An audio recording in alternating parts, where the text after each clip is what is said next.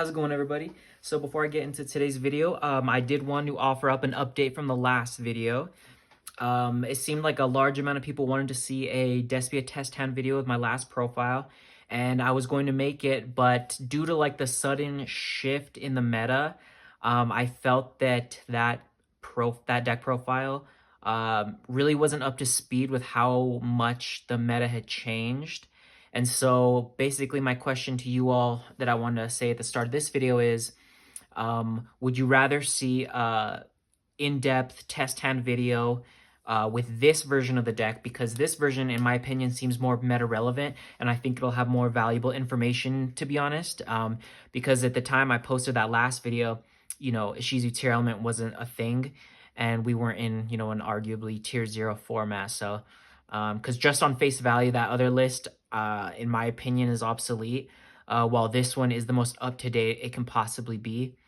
And I think this one will serve better longevity-wise than that other one. So I'll ask one more time in the comments of this video if you would like to see a test hand video of this one. In my opinion, I think it'd be more helpful and more useful to everyone. But if you all would still like to see the other one, I'll still do it too. I might have to switch up the profile a little bit, but I just want to really make sure that the content I'm putting out is the most relevant to the to the week and month and format that we're in. So leave in the comments which one you would like to see, and let's just get into the video. Alrighty guys, so first let's get into the main deck. This is a 41 card list as well, I believe. So let's get the easy ones out of the way. So we're obviously still on 3 Aluber. One thing I did change is I'm on 3 Tragedy now. There's going to be several ratios in this deck that I've been kind of toying with this new format. This is one of them. So really quickly of why I upped it. I've made this deck specifically to have a very good game 1 matchup against Ishizu tier element. And I wanted more cards that could be milled, that could give me value. And of course, Tragedy is, one of those cards. And there's some other cards I do play in my side that work really well with having the 3rd Tragedy. And so far, my record with this deck has been actually really, really good, not just against the Shizu tier element. And I've never once wished I was playing only 2 Tragedy. The second effect of this card in this version of the deck that I made comes up a lot. And so it's another reason to run 3, because you're using its effect to recycle Branded Spell and Traps a lot. You'll kind of see as the list goes on of why I'm playing this, but in this version of how I built the deck, this is correct. And then for the last 2 Despia cards, I am playing, of course, 1 Adlib. I'm still in the Dramaturge. A lot of the times, one of these is being cut out for game 2 and 3. But I still have a lot of scenarios where these cards come up. So for sure, obviously, you need a 3rd name. Usually the 3rd is going to be Adlib, because usually its effect is more relevant. But you'll see kind of as I get into the next portion of the deck, a lot has changed with how I play this deck now. And usually, I think in about, I'd say 30 plus games, I think I've only used Adlib's effect twice. Because you're not really using it like you did beforehand, and I'll kind of explain as we get into it more. But those are it for basically like the main Despia monsters. Of course, we're still playing 3 Albaz. This is another thing I've seen some people change. They're on 2 now with this version of the deck. I am still playing Allure in this deck, and there are a couple things I did keep the same. 3 Albaz, in my opinion, still comes up. Especially because we do play other cards in the deck that require this card. I don't want to really give out spoilers just yet, but in my opinion, this card is still necessary at 3. I've even going into games 2 and 3, I'll never side out one of these. It just doesn't make sense to me. Next, what we have is some one-ofs. So we're still playing on Albion. We're still playing the Mercurier. And then for the new one-of, we're playing the Cartesia. So obviously this card's mandatory. If anyone's seen my list, I love playing this card. And this card is one of the new light targets we have when we activate Brand Infusion. So I'm playing 2 light targets, this being one of them. This card's just incredible. I'm not always sending this card off Brand Infusion. Usually for my opening plays, I'm usually sending my other target, but there are a lot of times where you need to send this instead just to have that follow up, and it's just a really great card, and it's perfect to have as a light target in this deck. I don't see really a reason why you wouldn't want to play this card right now. So now for the next engine of the deck. So what replaced like the patchwork engine for me is the Bystials. So this is my ratios I'm playing, so I'll kind of explain this right now. I know a lot of people are, so there's a lot of things I want to explain here. So first off, let's start with the Lubellion. In my honest opinion, I think that people who are playing this deck in particular, who are playing more than one of this card, are totally incorrect. You theoretically, you never want to open this card. The way this deck is right now to compete with the Shizu tier, which is the main purpose of how this deck is built. Keep that in mind. I'm going to keep saying that again, because that's the most important deck of the format and the only one you should be caring about, unless your locals is different. You never want to open this card. This card just sucks to open. You'd rather open any of the darks than this. You only want to play 2 light targets as well, and I literally just played these 2. I've never once wished that I had another one of these. Nothing like that. If anything, one thing that I could see perhaps changing in the future is maybe even just upping the count of these. So the one thing that's standard and non-negotiable is the three magmas. That's standard. That's never changing. What changes are the ratios on the Druid Worm and then the Saronir. So a lot of lists will play 1 or none of this. The reason the reason I play 2 of them is 1, because I wanted another name, and 2, instead of just playing like 3 Jerusalem, is because this effect to dump comes up a lot. And the way I built this deck, it's actually because of this card and then another tech card that I play that I'm able to play through hand traps for the decks that play a lot of hand traps. I know a lot of decks aren't really playing like a whole lot right now. And also, my grind game is insane because of this card. This card's just incredible. I'd never put it to 3. I'd probably put Jerusalem to 3, but I don't think you can get away with just running 1 of this. This card is exceptional in this deck, and if you guys end up wanting to see a test time video of this version of the deck, I can show you exactly how. I can show you situations where this card has literally saved me so many matches. Like, it's just insane. So this package is incredible in this deck, especially if you know how to use it. Like I said, I don't see any reason why you'd want to play more of this card. You just need 1. You never want to open this card. You only want to play 2 lights in your deck, and yeah, you already have plenty of ways to deck. Then you don't really need this. And if this gets crowed or Bystial, you don't really care, to be honest. It's not really a big deal, which is why you don't play 2. So those are my ratios. They've worked exceptional. If there's anything I'd ever change, like I said, it would be perhaps just add more Bystials. So maybe just add the third and the third of that. So that's it for the Bystial monsters. So next, let's get into the spells. So standard. Don't need to talk about these. 3 and 3. Next, I'm on 3 Allure still. So in my opinion, this card is still main deck worthy. Like I said, and every time I talk about this card, I like fishing for my side deck cards, and I like fixing my hands game 1. And especially since I'm on 3 Tragedy now, and I'm playing a lot more dark targets with the Bystial cards, it just seems like a no-brainer to me. And I've never once wished I didn't play that card. So one thing that's kind of iffy is this, and I'll talk more about this later with another card in my side, and kind of like my thoughts on it. But right now, 3 Super Poly is kind of iffy. So this card's exceptional into a lot of matchups right now. We have a Super Poly target for pretty much anything right now. But what's kind of iffy is this going into the tier Shizu matchup. So I'm not exactly sure what I'm going to put as the thumbnail of this. I might have the other card on my side as part of the thumbnail. And so you'll kind of know what I'm talking about when I say I might switch this for the 3 other cards on my side. But this might be moved to the side. Like, it really just depends on your locals. This card's incredible in this deck in particular. This is the best deck that can use this card. But if your locals or the tournament, or if you're going to like a regional or higher level event, I don't know if I would main these three, to be honest with you. Um, it really depends. This card like has won me so many games, but the card in the side might have more, might be more applicable to kind of like, you know, the situation at hand. So it really just depends, but I'll talk about it more at the end.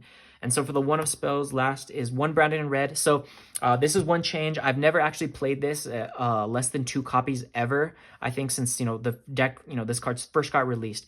But the reason you play this at 1 is because you're not making Chimera as much as you used to with this version of the deck. And what's crazy is because you don't need to.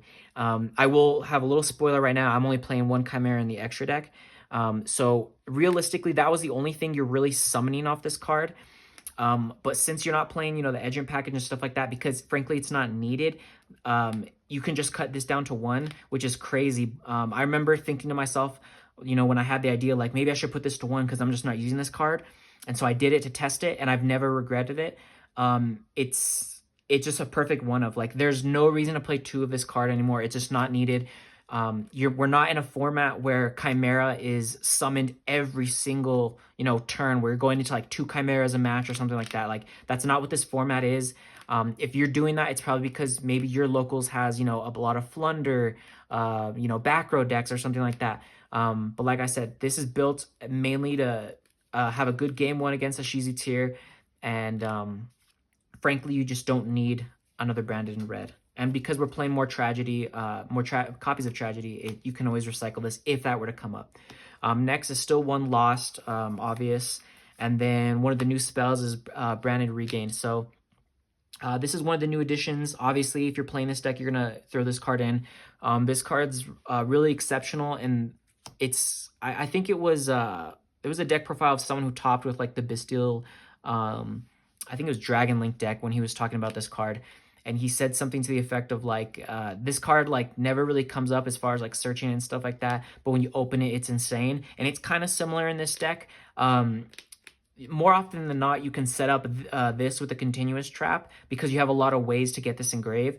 But when you open this card, a lot of the times it's insane. Like, this plus a lure in your opening hand lets you totally just fish through your deck and deck them like crazy. So regain's insane. And then I'm still on the 1 call by. So these are all the 1 of spells, and that's also it for the spell cards.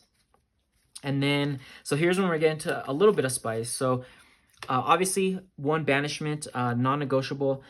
If anything, I've thought about even putting this to 2, whether it be taking out the branded in red or something like that. I haven't yet because 1 and 1 works perfect, but this card's just insane, especially against, you know, tier shiz. It's insane. And there have been times where I've recycled this card like 3 times in like crazy grind games, and I just keep activating it. And usually you don't have to do that because it's usually like not an auto win, but it usually puts you so far ahead because you're banishing their cards. But you know, it's insane. Beast. So, you know, I assume most people know, you know, about these cards, about Regain and Beast already, but these are the 2 cards that are mandatory. You could cut this, but this is the one you don't cut. This is what you're getting off the Lubellion every turn. The new end board in this deck looks a lot different now, and you're doing a lot of different plays, but 99% of the time you're ending on this card. This is also now basically like our pseudo Mystic Mine out. So like in my other decks, when I have like the Predator Plant Engine and something like that, you know, I'd have the Trap as the Mystic Mine out. In other versions, it would be like, you know, 1 of Harpy's Feather Duster or something like that. But this is now the new way to out Mystic Mine. So, and then for my own spice that I'm playing, I'm actually playing 1 branded Retribution. So, so a little backstory on this card. I've never ever played this card because it is just so bad. In previous, you know, formats and stuff like that since this card's released. I've never seen why you'd ever want to play this. There was a time where a couple people were having like a little bit of success with this card, kind of putting in some lists, you know, some lists did well. But overall, I thought this card sucked. Why this card is good now is because of Sarnir, and because Tear Element is such an incredible deck right now, and a lot of your cards are getting milled too. So you're never really playing this card for the first effect. All you care about is the second effect of banishing this card and then adding a branded spell or trap from your grave to your hand. With the theory behind this deck and realizing kind of the possibilities of how many cards can get milled, especially turn one and stuff like that. There's a lot of times where you just want, whether it's off of the Albion or off the Serenity or something like that. Maybe you activate an opening and you pitch Sarnia or something like that, where you just need a way to get a branded fusion or a loss from grave to your hand because maybe an Alubra was negated or something like that. It's really just for the sole fact that so many cards are being milled right now, and this deck's grind game, this and then the extra tragedy just make it incredible. Um, so it definitely seems at first sight that this is a weird pick, but with this deck, I've kind of like changed my play style and kind of, theoried myself of how I think the deck should be played as of right now. And this card is just has worked wonders. I've been able to make some of the most incredible plays ever because I'm playing this card, and I've seen lines that I've never seen before by playing this card. So um, in my opinion, I think it's worth testing out if you want to test a similar build. If you're playing a different build with like the Edgem stuff, like maybe you can't get your hands on the Bystial cards, that's totally fine. Then I don't think you would need this really. It's really just for a deck like this and kind of just, as you play more, learning kind of how the grind game starts to look. And so, yeah, I'm absolutely loving these three traps, and I'm loving Retribution, which, if you were to ask me this, months ago, I would have been like, why the heck would you ever play this card? But now it's kind of seen its time, which is really cool. So we'll get into the extra deck now. So first, let's get into the standard. So we're playing 2 Mirror Jade. I kicked up the Albion count back up to 3 for my last list, just because the grind game is kind of a little more of like a real thing now. A lot of the time you can just OTK and just break through boards and there is no grind game. But that's one of the main reasons I want to up this to 3. But another reason is because the new combo now, turn 1 with Branded Fusion, you're always making this card first. And so there were other times where you didn't have to make this turn 1. You could have maybe just like, Mirror Jade, send it, banish one of your cards, and then, you're using like a polymerization or something to like make a Dragos Despia or something, and then using an ad lib to, get a Mirror Jade back or something. But that's not what the play is now anymore. So the turn 1 combo has totally changed. So you're always making this turn 1, which is leaving you with just 2 left in the deck. And so I'm trying out 3 right now. We'll see. I kind of like this at 3. I don't know if I'll take it down, but it's working right now. So I'm also playing 1 Lubellion. I'm still happy with this at 1. I'm almost never going into this card. Well, I shouldn't say that. I'm not going to this card a lot. It's still really good. But like I said, you're just prioritizing Albion and this so much more, that you're only really doing this in grind games or if you get shifted or something. Which this deck doesn't really care about shifter, really whatsoever. You'd have to have a very awkward hand to care about that card, but as a grind game progresses, this could come up, turn 2, 2, 3, or 4, or something like that, because you're almost never making this card turn 1. So that's it for those. Next, what we have is I'm still on 2 Masquerade. I have considered putting this to 1 still, now, even with this deck. But honestly, time rules and stuff like that, this card just seems too good. Like, I'd rather have it than be in a situation where I need it. And sometimes 1 isn't enough. And there was actually a couple games or actually a couple matches where, no joke, I won. There was one match I won all 3 I won both games with a Masquerade. So I won game 1 just because I was able to burn so much and then attack, and then the second game, same thing. It wasn't even like a going into time thing. It was just Masquerade was the right card to make, and it's just another way. Like, it doesn't always have to be just for time. You can make it, against certain decks if you just need to get their life low and stuff like that. Because at the end of the day, it does make people think kind of weird when they keep seeing 600, 600, 600 taken off. And so it can make, people make mistakes and stuff like that. Still 1 core list. That's the same. This never changes. 1 new addition, though, is this. So the reason you play Albalenitis now is because of the Bystial cards. And, well, that's really the main reason. So I've never played this card. I know same with the Retribution. There was a time where some people were playing this like right when it came out, because they're like, oh, just set Albaz, contact fuse a Dragon Link board. Which fun fact I've done I think 3 times since I've added this card. But that's not really the main point of it. It's because there's a lot of times now with people leaving their Bystials up, and even yourself if you leave it up, that you can just contact fuse all the dragons away and then make this. And the cool thing too is the only reason I would ever consider cutting down one of the Albions is because I play this. Obviously, it doesn't have exactly the same effect, but it still is pseudo follow-up.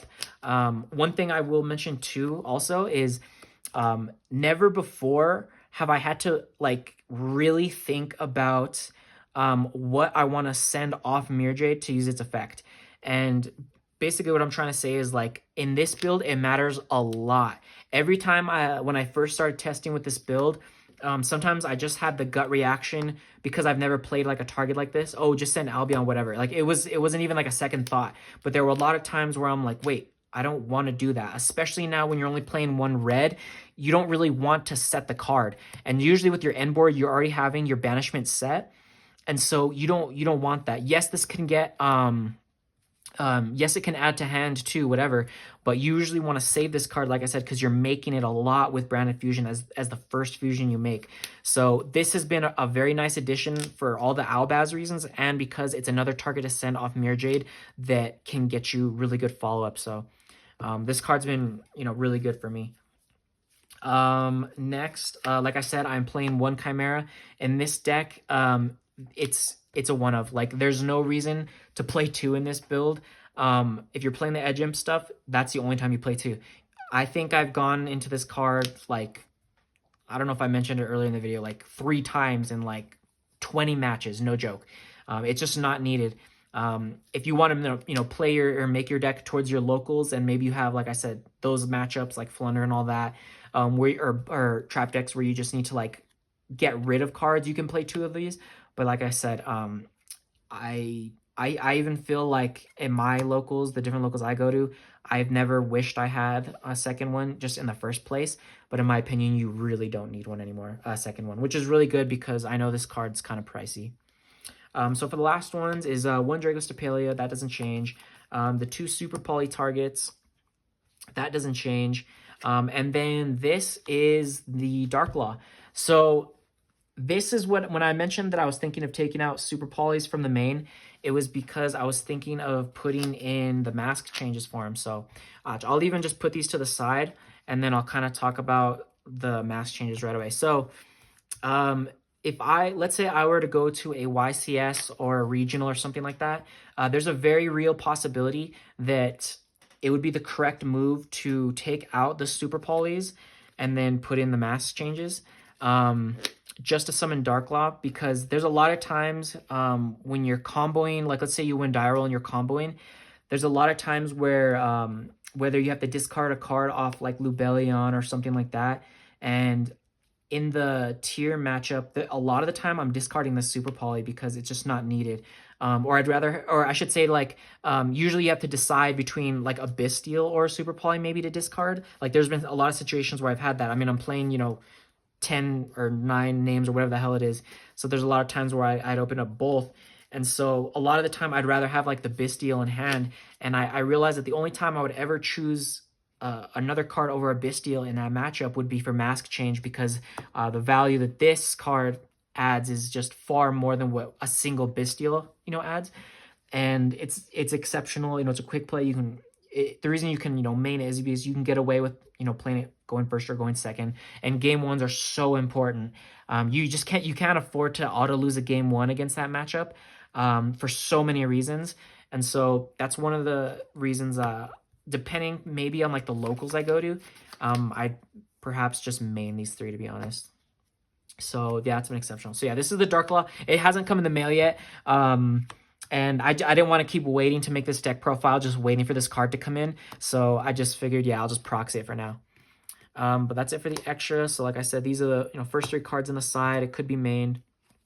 Um, the next three, I'm still on 3 Eradicator. The reason I'm still on this card is because there's still a lot of people who play like runic decks, and if anyone's kept up with the regionals these last couple days, I think several runic decks topped. It's like Runic Mine, and then I forgot. I think even some of them play like the Ishizu cards or something like that. So I just want something I can put in going first, because your going first game, your going first strategy with this deck is already so good. You don't need like a lot of help, but you do want to have something on the side that you can put in for when you're going first, and this is one of them. And if you're scared of like Evenly, because Evenly is just a god card right now, you could put this in if you're scared of that card, just to call trap and stuff like that. But this card is still so good in this deck in particular that it's worth playing, in my opinion.